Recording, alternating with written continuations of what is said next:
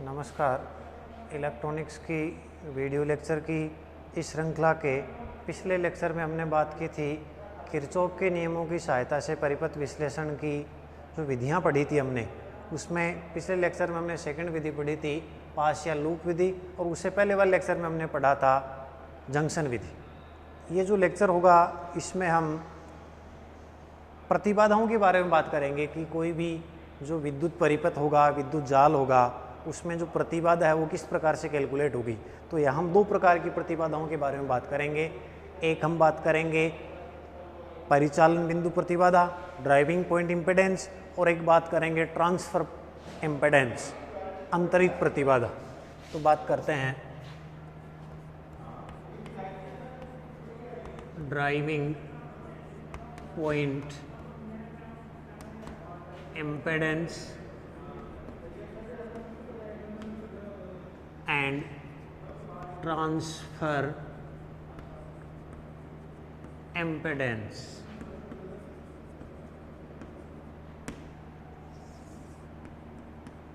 Driving point परिचालन बिंदु, परिचालन बिंदु प्रतिबाधा, और ये होगा अंतरण प्रतिबाधा।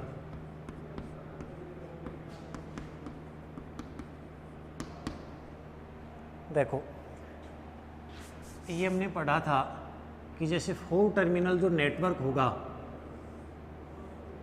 4 टर्मिनल नेटवर्क बना रहा हूँ यहाँ एक नेटवर्क N, इसमें 2 इनपुट टर्मिनल हैं, 1 1 2 इनपुट टर्मिनल हो गए और 2 आउटपुट टर्मिनल, 2 2 नाम दे देता हूँ इसको। इसका मतलब 2 इनपुट हो गए, 2 आउटपुट हो गए, तो ये होगा 4 टर्मिनल नेटवर्क।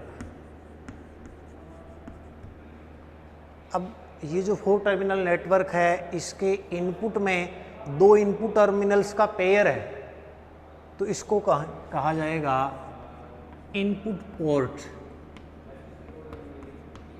इनपुट द्वार कहा जाएगा। इसी प्रकार 2 आउटपुट टर्मिनल का एक पेयर है, युग्म है, इसको कहा जाएगा आउटपुट पोर्ट, आउटपुट द्वार। इसका मतलब एक 4 टर्मिनल नेटवर्क में एक इनपुट पोर्ट हो गया, एक आउटपुट पोर्ट हो गया, तो 2 पोर्ट हो गए, तो 4 टर्मिनल नेटवर्क को 2 पोर्ट नेटवर्क भी कहा जाता है, 2 पोर्ट नेटवर्क या 4 टर्मिनल नेटवर्क। अब ये जो 4 टर्मिनल नेटवर्क है, इसके इनपुट टर्मिनल्स के बीच में मैं कंसिडर कर लेता हूँ कि मान लिया वहाँ कोई एनर्जी सोर्स लगा हुआ है, ऊर्जा स्रोत, विद्युत वाहक बल मान लिया E1, यानी ऐसे कह दूँ कि यहाँ एक जनित्र जोड़ दिया है, जनरेटर। आउटपुट टर्मिनलों के बीच में एक लोड प्रतिबाधा, लोड इम्पीडेंस ZL जोड़ दी है।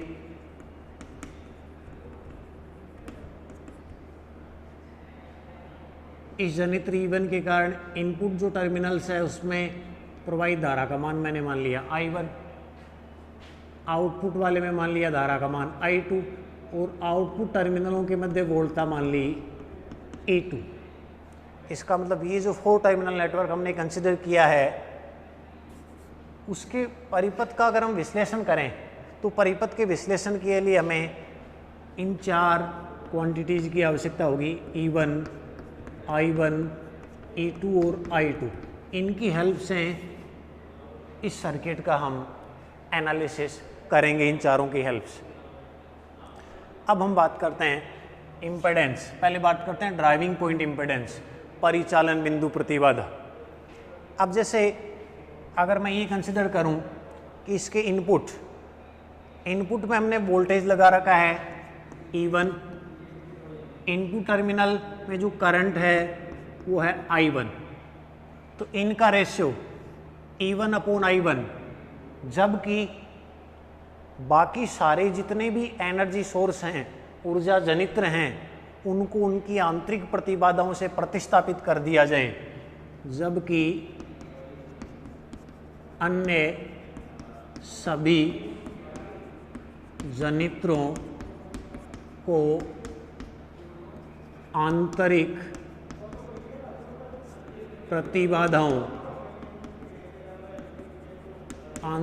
प्रतिबाधाओं से प्रतिस्थापित, रिप्लेस कर दिया जाए, प्रतिस्थापित कर दिया जाए। अगर ऐसा होगा तो इन दोनों का जो रेशियो है उसको कहा जाएगा ड्राइविंग पॉइंट इम्पिडेंस, या इसको कहूँगा मैं ZIN, क्योंकि ये इनपुट वोल्टेज था, इनपुट करंट था, तो इसको परिचालन बिंदु प्रतिबाधा, परिचालन बिंदु प्रतिबाधा ड्राइविंग पॉइंट इम्पिडेंस, या इसको कहा जाएगा निवेशी प्रतिबाधा। तो देखो हमने इसको इस प्रकार डिफाइन किया है कि इनपुट जो था उसमें वोल्टेज, वोल्टता और धारा का अनुपात, जबकि बाकी जितने भी सारे ऊर्जा जनित्र हैं उनको उनकी प्रतिबाधाओं से रिप्लेस कर दिया जाए, तो इन दोनों का जो रेशियो उसको कहा जाएगा परिचालन बिंदु प्रतिबाधा या निवेशी प्रतिबाधा। ठीक है, निवेशी प्रतिबाधा क्यों? क्योंकि यहाँ वोल्टेज और करंट दोनों इनपुट की बात हो रही है, तो इन दोनों का रेशियो हो जाएगा निवेशी प्रतिबाधा, इनपुट इम्पिडेंस। अब अगर बात करें, मान लो कोई ऐसा नेटवर्क है जिसमें 2 या 2 से ज़्यादा लूप बने हुए हैं, जैसे फॉर एग्जांपल मान लिया इस टाइप का कोई है, जैसे एक कोई जनित्र लगा हुआ है, यहाँ फिर कोई एक बैटरी लगी हुई है, इस टाइप का मान लिया एक कोई विद्युत जनित्र है, 2 लूप हो गए इसमें, ये फर्स्ट लूप हो गया, ये सेकंड लूप हो गया। सपोज जैसे ये E1 है, ये E2 है, Z1, Z2, Z3 एक एग्जाम्पल के तौर पे कंसिडर कर रहा हूँ मैं इसको। तो जिसमें 2 या 2 से ज़्यादा लूप हो, ऐसे जाल के लिए अगर हम परिचालन बिंदु प्रतिबाधा कैलकुलेट करें तो वहाँ परिचालन बिंदु प्रतिबाधा जो होगी वो, जैसे इस लूप की बात करूं तो इस लूप में वोल्टेज सोर्स E1 है और मान लिया इसके कारण इसमें फ्लो होने वाली करंट I1, जबकि बाकी सारे वोल्टा स्रोत हैं, जैसे ये हुआ तो उसको किससे रिप्लेस कर दें? आंतरिक प्रतिबाधा से। तो जिसमें वोल्टेज सोर्स लगा हुआ है उसी में धारा I1 है, तो उन दोनों का जो रेशियो है वो उस लूप की क्या कहलाएगी? परिचालन बिंदु प्रतिबाधा। इसका मतलब यहाँ मैं E1/I1 जैसे लिखूंगा तो वो होगी Z1, मतलब पहले लूप की हो जाएगी ये। इसी टाइप में दूसरे की कंसिडर कर लूँगा मैं तो वो दूसरे की हो जाएगी। इन जनरल जैसे कह दूँ, मान लो कि कोई J1 लूप है, तो J1 लूप की अगर आपको आंतरिक परिचालन बिंदु प्रतिबाधा लिखनी है तो वो क्या होगा? EJ/IJ, ZIJ लिख दूंगा इसको, JJ लिख दिया मैंने। JJ का मतलब वोल्टेज भी J1 लूप में, करंट भी J1 लूप में, जबकि बाकी सारे जो स्रोत हैं उनको उनकी आंतरिक प्रतिबाधाओं से प्रतिस्थापित कर दिया जाए। तो इसको जनरल ऐसे लिख दूं मैं, J1 लूप की परिचालन बिंदु प्रतिबाधा, परिचालन बिंदु प्रतिबाधा, तो ZIN इनपुट JJ लिख दूं तो हो जाएगा EJ/, हो जाएगा IJ। अब बात करते हैं ट्रांसफर इम्पिडेंस की, अंतरण प्रतिबाधा की। अंतरण प्रतिबाधा के लिए देखो, जैसे मान लिया यहाँ ये 2 लूप, इसमें सपोज मैंने ये वोल्टा स्रोत लिया, बाकी सारे वोल्टा स्रोत हैं उनको आंतरिक प्रतिबाधा से रिप्लेस कर दिया, तो इसमें अगर वोल्टेज E1 लेने के कारण इस लूप में धारा I2 बह रही है, पहले में वोल्टेज दूसरे में करंट, तो इन दोनों का जो रेशियो है वो कहलाएगा ZT, ट्रांसफर इम्पिडेंस 1:2, यानी पहले और दूसरे लूप के मध्य की क्या कहलाएगी? ये ट्रांसफर इम्पिडेंस, अंतरण या अंतरित प्रतिबाधा कहलाएगी ये। जनरल इसको कहूँ, जैसे इसको लिखा था मैंने, ऐसे कंसिडर कर लिया, मान लो कि कोई जेवा लूप है जिसमें वोल्टेज का सोर्स लगा हुआ है ईजे, उसके कारण केवे लूप में करंट फ्लो हो रही है आई के। कब? जब बाकी सारे स्रोतों को उनकी आंतरिक प्रतिबाधाओं से प्रतिस्थापित कर दिया जाए तो इन दोनों का जो रेशियो है वो कहलाएगा जेवे और केवे लूप के मध्य अंतरित प्रतिबाधा। तो इसको ऐसे लिखूंगा, जेवे व केवे लूप के मध्य अंतरित प्रतिबाधा ट्रांसफर इम्पेडेंस। तो इसको ZT लिख दिया ट्रांसफर के लिए। जे व लूप वो वाला लूप जिसमें वोल्टेज सोर्स लगा हुआ है, केवा लूप जिसमें करंट फ्लो हो रही है, तो होगा ईजे अपॉन हो जाएगा आई के। अब बात करते हैं इस नेटवर्क की। इस नेटवर्क के बेसिस पे अगर इसको हम देखें तो इसमें अगर मैं लिखूं ZT, दो लूप है, इन टर्मिनल में 1 नाम दिया हमने, इनको 2 नाम दिया है, तो ZT12 दे दूं मैं।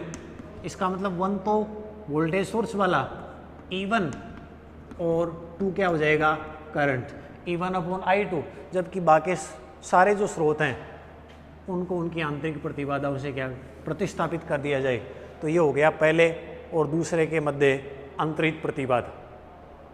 लेकिन अगर हम ऐसा कंसिडर करें कि जो जाल हमने माना है उस जाल में प्रतिबाधाएं जो भी काम में ली है वो सारी की सारी द्विपार्श्विक प्रतिबाधाएं हैं। अगर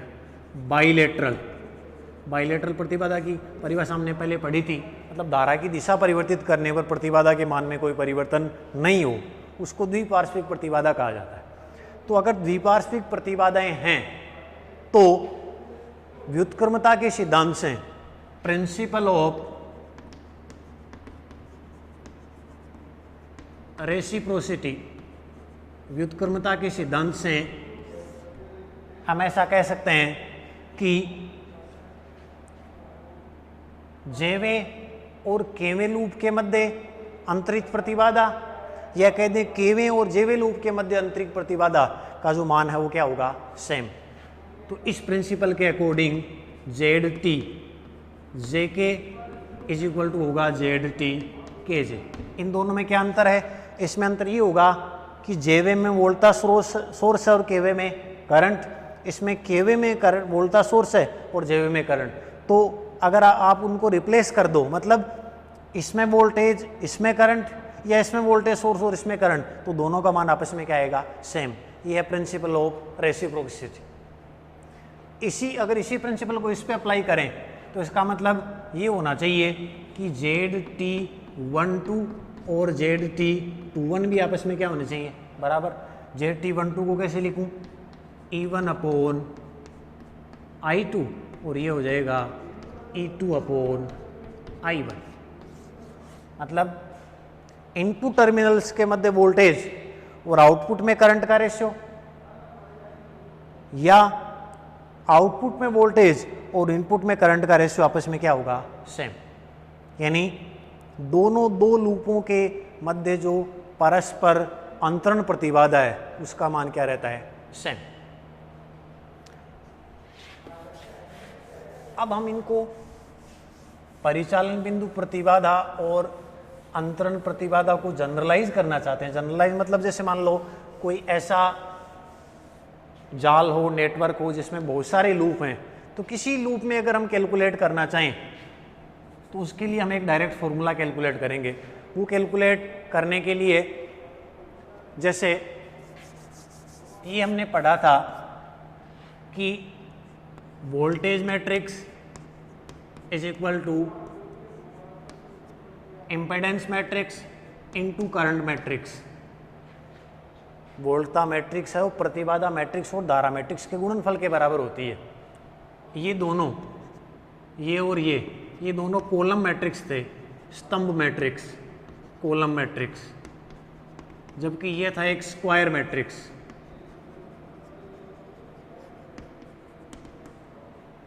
यानी जेड जो मैट्रिक्स थी उस टाइप की थी, जेड मैट्रिक्स जो Z11 Z12, Z13, Z21, Z22, Z23, Z31, Z32 और Z33।